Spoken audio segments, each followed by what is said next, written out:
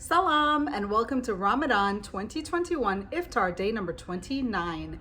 One more day, potentially, to go. And it flew by. I know you can all agree with me that this Ramadan month, at least for me and my family, flew by. And it's sad, no doubt, but I'm also happy because I get to celebrate Eid and be with my family and eat lots of yummy food. We're going to be going by my cousin Kaba's house for Eid day. He usually does, a big Eid for the family, and that's always a really nice get together. So I'm looking forward to that. Today on my menu, I actually made fish curry. I went to Richmond Hill, Queens on Liberty Avenue, and I went to a fish market that I really enjoy buying fish from. They usually have like the best snapper. And so I did a little tour of that for you. And I also, my husband wanted custard, so I made custard as well. To go with the fish curry, I have a leftover roti, and I also have some rice that I made today. So I hope you enjoyed this vlog. Before we get to the cooking though, let's continue on with the 3 names of the 99 names of Allah, and this will conclude our 99 names for the month. For our first name, At-Tayyib, it means the pure and good one. Allah is free from all imperfections.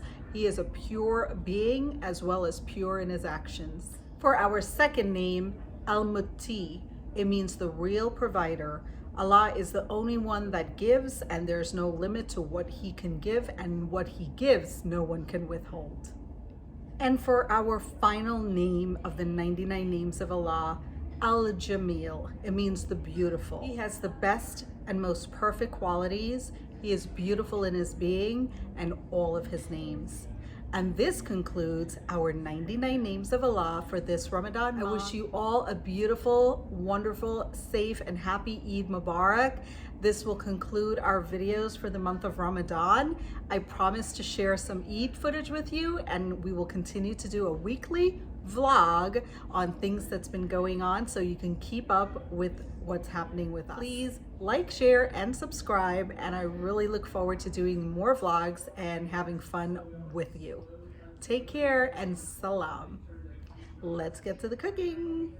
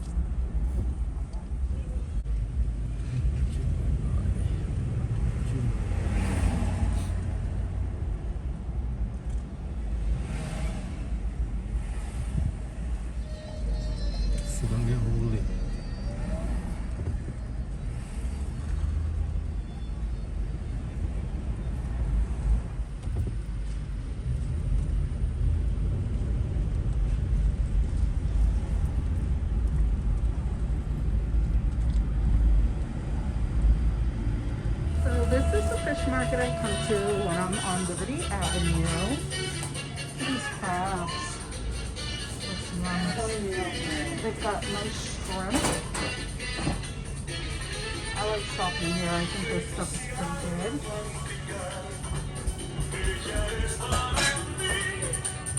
They have the wild salmon. There's some shark. Shark actually looks good. Let's see what kind of snapper they have. Hola! ¿Cómo está?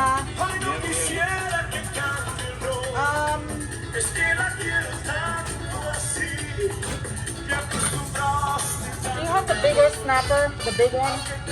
In the back? Big, yeah. Can I see one? How big? Like 10 pounds? I don't know, maybe. I wonder which first. Okay, thank you. Maybe one, right? One. The bigger snapper has real kind of bones. I mean, it has bones, but not like the small ones, the fine bones. So I love using that. They have catfish. I don't think it's wild caught, but I did try it one time and it was pretty good. And look at this baby shark. Oh my god, it gives a new meaning to the song Baby Shark. Pacu fish. Pompano is one of my favorite fish. I actually love to fry the entire fish. It's so yummy.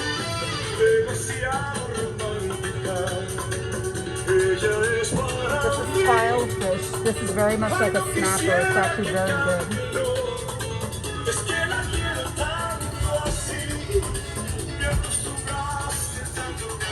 Oh, look at that snapper. That's lovely. I love it. Okay, I'll take it. How much is it? Okay, Look at this. Gorgeous. That's a nice fish curry right there. 10 pounds almost.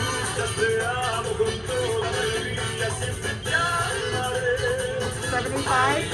Yeah, 75. Okay, can you do number 6? Okay. So number 6 is basically cutting it into small slices and cleaning it. And it's $75 for this snacker. And it's going to be perfect fish curry. From this morning. Yeah, it's so fresh. Love it. Thank you. Excuse me. To start making my fish curry, I'm going to first grind up all of my green seasoning. So I have 1 Scotch bonnet pepper. I have a little bit of water inside the grinder, 2 scallions, and about 1 small head of garlic, which is about 10 cloves or so. And I have a teaspoon of some Guyanese fine thyme. Also, I'm just going to add in a little sprinkle of salt.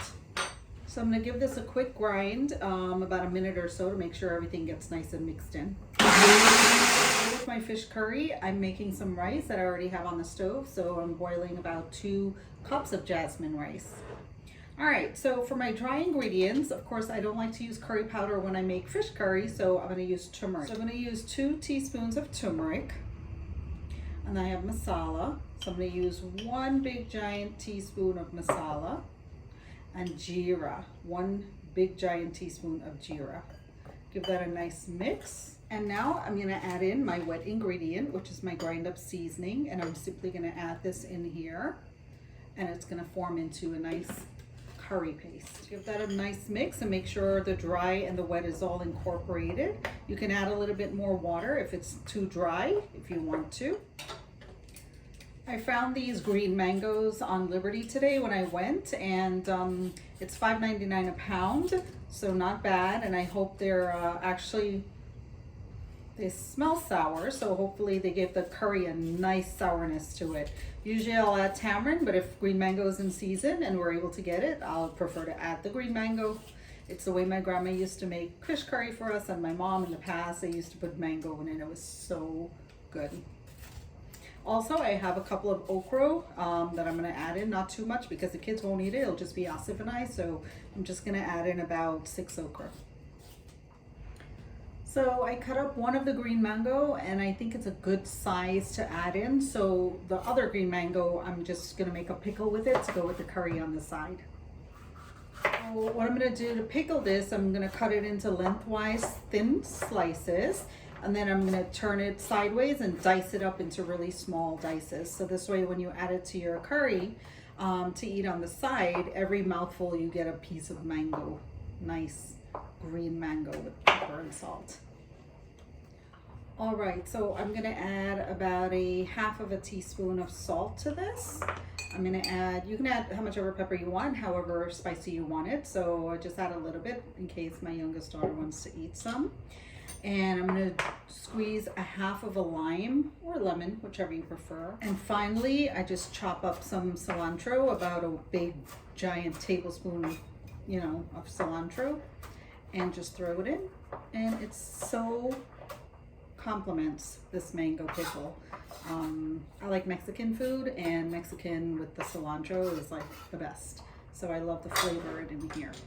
And then we'll just give this a nice little mix and let this marinate for a couple of hours until you're ready to break your fast. And this will go so well with your fish curry.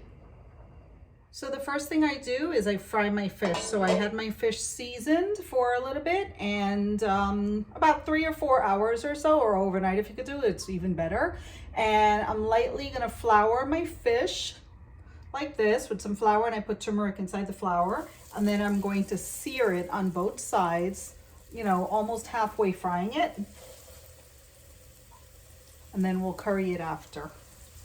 So it only needs a couple minutes, maybe about 5 minutes on each side, and it should be good. And you barely put any oil. You put about maybe 2 tablespoons at the most of oil to fry the fish.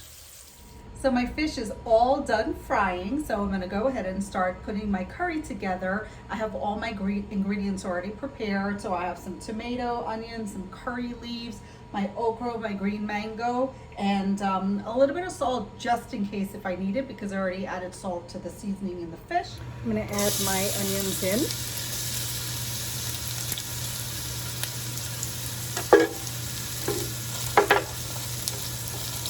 Tiny pinch of salt to my onions.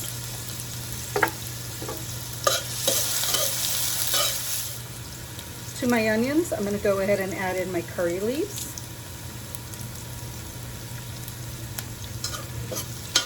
Smells so good already. Now I'm going to add in my curry paste.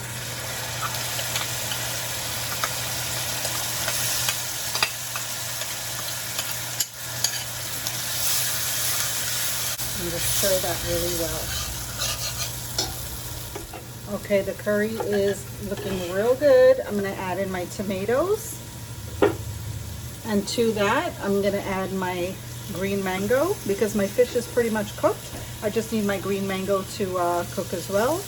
And I'm gonna add my okras. And I'm gonna come back to this in about a minute and add some water. Okay, so from the tap, I'm just gonna add about 2 cups of water and let this cook down for a little bit. Sure you stir it to make sure you get all the curry from the bottom mixed into this.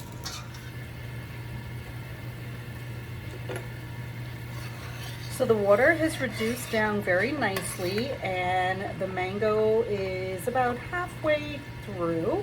So what I'm going to do is I'm going to start to add the fish into here and let that cook down for another 10 minutes or so. Should be good, and I'll check on this. So that is my fish curry. It is all done, and you can see the okra, the mango, the tomatoes, everything in there, and I can't wait to eat this. It just looks fabulous. So that's my version of a snapper curry.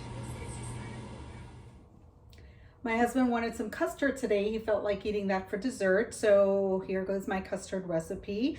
I have 2 cans of carnation milk that I'm gonna throw into a blender. And in this blender, I actually blended up 1 nutmeg, so it has the remnants of the nutmeg already in there. So I'm not gonna go ahead and add any more nutmeg to that. I'll add it on top when I'm done. And now I have 1 can of condensed milk. I like to leave it out to room temperature so that it's easier for it to all fall out, which it did. Perfect. I'm just going to use the can to scrape off the sides and make sure I get all of that condensed milk off of my spatula. I also have 4 eggs. I'm going to throw those in there. I have 1 tablespoon of vanilla essence, and try not to add more than that because then it tends to overpower your custard. So I'm going to go ahead and give that a nice little mix and make sure it's nice and incorporated for about a good 2-3 minutes. All right, so that's all done. So here I have a double boiler. So I basically have 1 smaller glass dish, and inside of it I filled it up about 1/3 of the way with water, regular tap water. So what'll happen is when you're baking your custard, it's gonna bake from the underneath with the water that's in the second pan, and it's gonna make it an incredibly creamy custard. And that's the only way I like it. So what I do is I have some regular maple syrup, and I'm going to take this maple syrup and just drizzle onto the bottom, just a couple of lines of maple syrup up and down like that. And then I take some of my nutmeg, and I just sprinkle the nutmeg onto the bottom so it kind of sticks onto the maple syrup, just like that. And then my custard will go in. It smells so good already. And then gently pour the custard in. So the custard is nice and filled into here. And then I do the same thing on top. I just kind of make some squiggly lines going across the top with the maple syrup. And again, I sprinkle on some nutmeg on top of it. Just kind of break it up a little bit more. It's a ground nutmeg. Just like that. Just sprinkle it on top. Totally up to you, your preference, how much you want to put or how little you want to put. And then I have my oven turned up to 350 degrees, and I set the timer for 1 hour, and this custard will bake, and when it's done, it'll be a creamy, luscious custard. So I wanted to give you an example of how luscious and creamy this custard is. I don't know if you can see that or not, those layers in there, but it is just beautifully creamy, almost like a cheesecake, if you will. Gorgeous, gorgeous custard. Beautiful.